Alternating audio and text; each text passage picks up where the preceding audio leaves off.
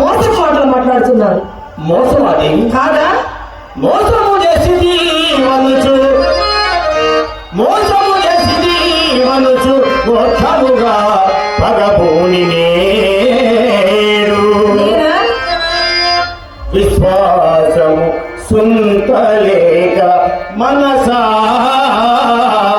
స్మరించవు నాదు ప్రేమవాద వైరాసిని చెప్పసాగారు. అవునవును, తమరింతకు ముందు ఎన్ని వేషము ధరించలేదు.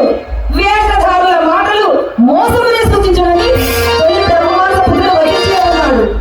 ఆహా, సంగీపతుల ప్రణయ గ్రహమున కలహభోగ ప్రవేశించినాడు అన్నమాట. ఇకనేది అగ్నికి ఆద్యము పోసినట్లేదు.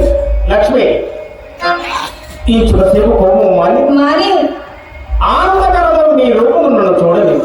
అబ్బా, ముచ్చట గొల్పు ముచ్చట గొల్పు నీ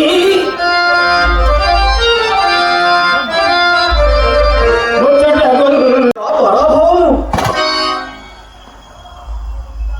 చేసిన చిన్న దోషములకు దానవ సార్వభౌముడు దుర్గర్వమున సకల సామంత మహీపాలన సమక్షమున నిండు సుడువృతాసురుడు నన్ను పరాభవించగా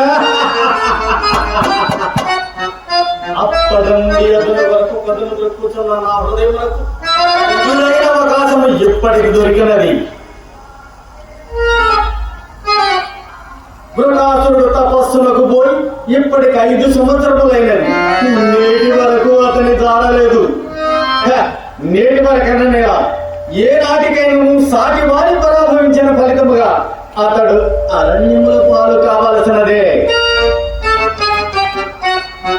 ఈ అవకాశమును పురస్కరించుకొని చక్కని పన్ను గడపన్నవలే సింహ శర్మ చార్ధులాది